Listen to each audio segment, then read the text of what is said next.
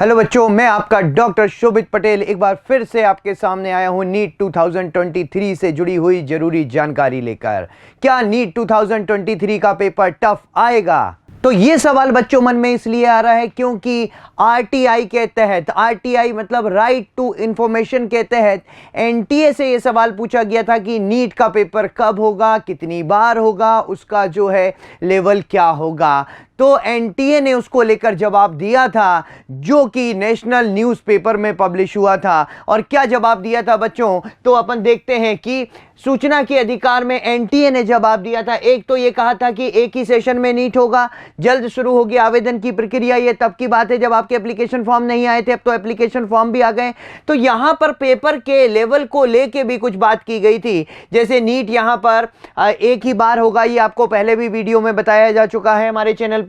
Student के पास NEET का एक ही विकल्प है और हाई स्कोरिंग रहने लगा है एग्जाम। आप यहां पर देख सकते हैं बच्चों, यहां पर दिया हुआ था कि अब हाई स्कोरिंग रहने लगा है एग्जाम। इन्होंने कहा था नीट अब हाई स्कोरिंग बन गया है, छात्र अब 720 में से 720 अंक हासिल कर रहे हैं। जैसा कि आप जानते हैं कोविड-19 के बाद से पेपर का लेवल बहुत डाउन हुआ और कई बच्चों के पूरे में से पूरे नंबर आने लगे। तो इसको मद्देनजर रखते हुए इन्होंने एक बात कही थी कि कब कोविड-19 के बाद नीट के स्टैंडर्ड को फिर से थोड़ा सा मुश्किल बनाया जा सकता है।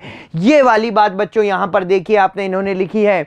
तो यहां पर मुश्किल बनाने का मतलब यह नहीं है कि बच्चों पेपर बहुत ज्यादा एनसीईआरटी से बाहर आ जाएगा।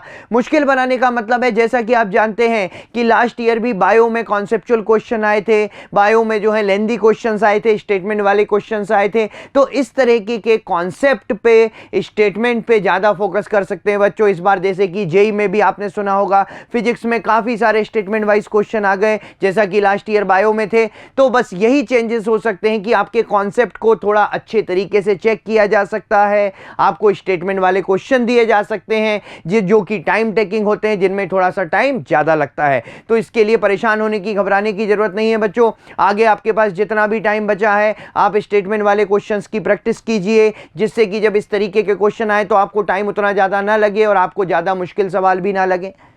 तो इसके लिए आप एम्स के प्रीवियस ईयर के क्वेश्चन सॉल्व कर सकते हैं। तो उन क्वेश्चंस को बढ़िया तरीके से सॉल्व करते रहिए और अपनी मुश्किल को आसान बनाइए। और इसी तरह से बच्चों आप हमसे जुड़े रहिए। जरूरी अपडेट ऐसे ही हम आपके सामने लेकर आते रहेंगे। आप सभी का बहुत बहुत धन्यवाद। थैंक यू, शुक्रिया।